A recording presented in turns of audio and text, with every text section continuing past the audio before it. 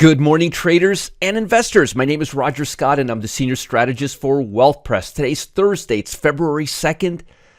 Where did January go? It's about 8:03 in the morning. The market's going to gear up to open up in about an hour and 27 minutes. I wanted to come a little bit earlier than usual to give you a nice little update. Now, we're going to open up, as I said, in about an hour and a half, but the Dow Jones is down 100 points. NASDAQ's up almost 200 points. I mean, think about this. NASDAQ has a value of about 12,000. This one has a value of 34,000. It's almost 3 times. That's like the Dow being up 600 points, which is huge, huge, huge, while the S&P is kind of just meeting us kind of up, but not that much up. One of the biggest reasons why you're seeing so much inflation in the NASDAQ is because Meta had really better than expected earnings, which I will get to in a minute. But the stock is going to open up near the 182 level, up almost 20%. And we'll talk about that in a minute. As far as data today coming out, the big number is going to be jobless claims. Now, we had the ADP, which is the private version of this report yesterday. The report came out pretty good, but I'll be very straight with you. The last couple of months, this report has been really lagging, or not really lagging, just inaccurate in comparison to the jobless claims. So I'm not going to put too much focus on it till we get out of this recessionary or inflationary environment. But looking at the jobless claims, the numbers have been really solid. Actually, interestingly enough, jobless claims has been one of the most stable periods or stable numbers during this whole fiasco that we've been seeing. They've been holding right around the 200, 190, 225, 230. Anything around that kind of number is very stable, and you'll see that they're looking to come out at 197.5, or between 187 and 203, which is right at 197.5. Bottom line is this: don't freak out, even if the number's a little higher. If it's 230,000, 220,000, or 180,000, it's been behaving so well, and it's been so in range. I don't think it's going to have much of an impact. Let's talk a little bit about earnings. As I mentioned, Meta came out yesterday. They beat all the expectations. I'll give you the lowdown in a minute when we go through the pre-opening report. But as you could see, we had a lot of stocks. We had a line yesterday. We had Allstate yesterday. So far, the numbers are beating expectation. The EPS, 71% of stocks is beating the estimations. Now, remember, these estimates have been beaten down to death now over the last, 4 quarters? So the fact that they're coming out better than expected 70% of the time is not that great. What's even worse is mid-December, the expectation for earnings was about negative 1.9%, somewhere in that ballpark, around 2%. Now we're beyond 3%. So the number is, in fact, getting worse. And remember, you still have tomorrow, and you still have all next week. Then we get to about 3 quarters done. But we still have a lot of earnings. We also had eBay yesterday. We had Fortive. You had Humana yesterday. You had MetLife. You had a lot of earnings that the market, Cuervo, the chip, that's the chip processor that they put in iPads. A lot of companies reported yesterday. Can't wait to see how Scott Miracle-Gro does, T-Mobile. So you could expect a lot more volatility. Now, today is a big day. Apple's on deck. Apple's probably going to report after the market closes. As of right now, and remember, Apple has huge market cap. As of right now, Apple's up quite a bit, but it's right at the 200-day moving average. You see that? And the RSI, as I'll show you right now, is not looking all that great, and it's diverging. Let me show you this. Now, remember, Apple has massive market capitalization. And Apple can really move the market. And when we look at the long-term trend, it looks like it's at the upper end of the channel, and it's going to come down. With that said, the QQQ is extraordinarily overbought right now. As you could see, look at that. And it also looks like it wants to start cooling off. So I wouldn't be surprised if we started turning around towards the end of today's session or towards mid-session, because we're going to start seeing Apple. Now, Apple can surprise everybody, but I'm just not seeing it. I'm not seeing it that much, and I'm thinking that Apple is going to decrease a little bit, and it's going to start taking the market a little bit lower. Now, the bond market, let's look at the bond market. It's at 108. Remember what I said, if we can go up to the 110 area, I'll probably want to sell it, but we're not there yet. But I am keeping my eyes on it. I'm also looking at this stock for a slight pullback. I'm really liking Oracle right now. I'm really liking it. I wanted to buy it right here yesterday, but it ran away from us and it was just too late, so it didn't work out. But aside from Apple, just to let you know, you've got Baba, you've got Google, you've got Amazon, you've got BDX, you've got BMY, you've got Cirrus Logic, ConocoPhillips, DEC is reporting. You've got so many companies reporting today. So it's going to be a very, very, very, very, very interesting period. Now, let's look at Google as well, and I'll show you the entire sector. Look at that, right at the 200-day moving average, right at the 200-day. You got to be very, very careful when stocks are capitulating near the 200-day moving average, either to the upside or to the downside, because that's very extreme. And as you can see, we're diverging here as well.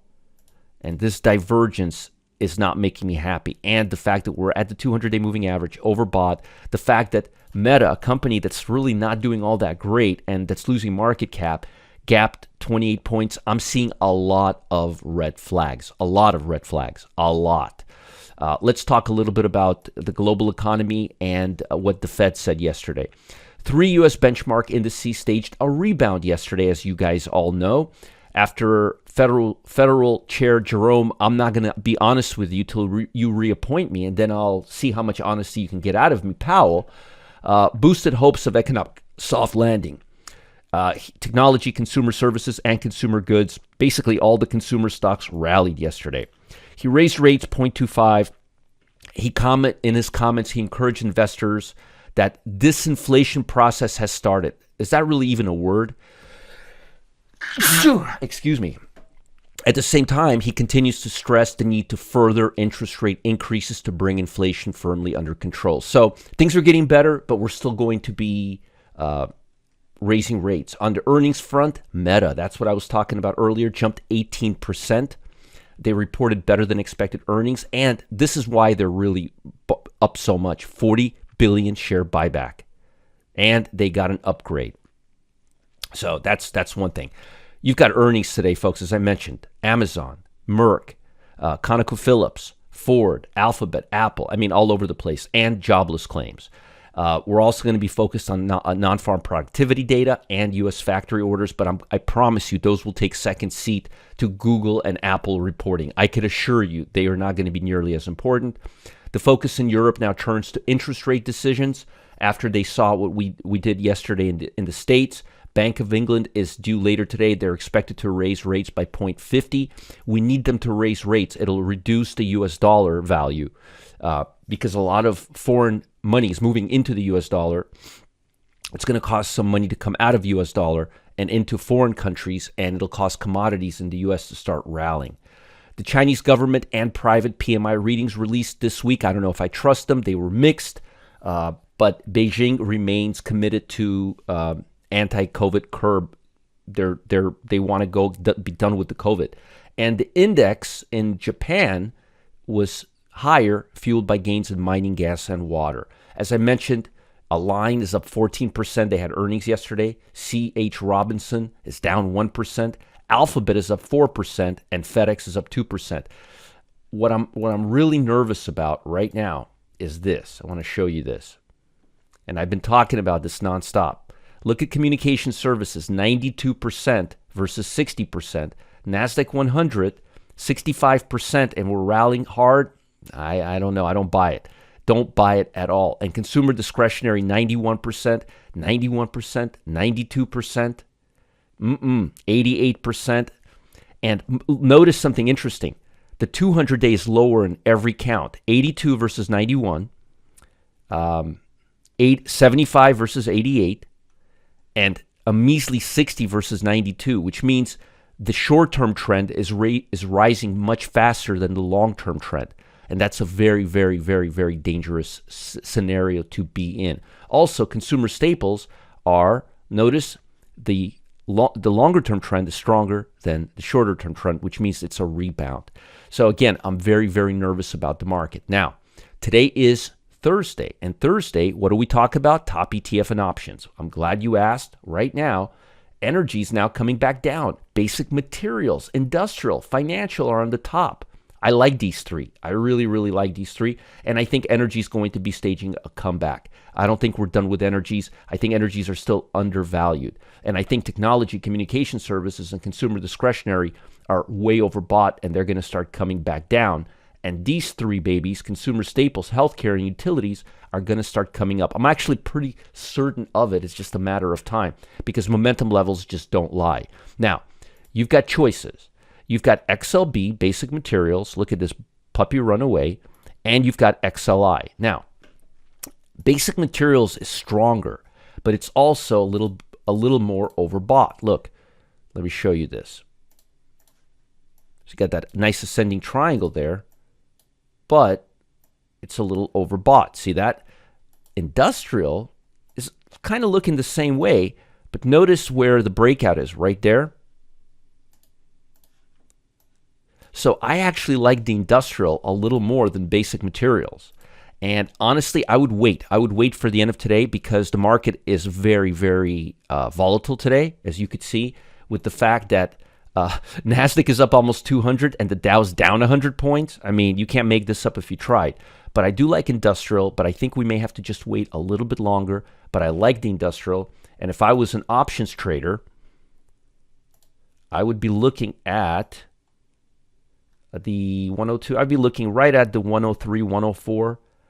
I'd probably go all the way to, yeah, this is better. Buy yourself some time. Go to the 135 days. There's plenty of liquidity and open interest. Just wait for the market to open. Go to 104, 103. Spend the extra money. But if you're on a tight budget, you can go with a 44 days, but don't hold these more than 10 days. That's the only thing. And then you can go to 103, 104. They're very, very cheap. Now, folks, it's Thursday today. It's Thursday. It's a big, big day. Now, I love a good bargain. What? Who doesn't love a good bargain? Don't you love a good bargain? That's why I'm so excited about this pricing mismatch that I just discovered. It requires traders to disregard a stock share's price and focus on the option. That's right, on the option. Thanks to this mismatch, even a tiny little weeny 1% move in the stock could lead to gains as high as 31%, 41%, 46% in a matter of days. So, if you're up for a good old time, you really need to be there. You got to see this. You're going to love it. I may even give you the hottest ticker symbols, show you what's been working in the past. You don't want to miss out. You need to check out this pricing mismatch. And the best part, it doesn't matter if there's earnings or not. It fires on all cylinders at all times. It even fired on yesterday, and the trade is up right now. That's right. It's happening at 1 p.m. Eastern Time, February 2nd, today. That's a Thursday. Eastern Time. It's brand new. You probably have never seen it before. We had a live reveal on Tuesday for the first time. This is the second time I'm doing it. Reserve your spot now. Click the link below. I need you to watch this. I promise you. This will help you become a better trader. And here's the best part. This free class I'm going to show you, it takes option implied volatility and it breaks it down to such basic principles that anybody will be able to understand it. It also explains why options are overpriced versus underpriced at times. It's got so much meat and potatoes that I implore you to watch this class at 1 p.m. Eastern Time today. You don't want to miss out, and I'll see you guys soon. Remember, like this video, subscribe to this channel, and post comments below in the YouTube Wealth Press channel. That's where you could find this link if you can't find it, and I'll see you guys at 1 p.m. Eastern Time today. I am so excited about this. Clyde can barely contain himself. Bye, guys. Take care. Have a great day.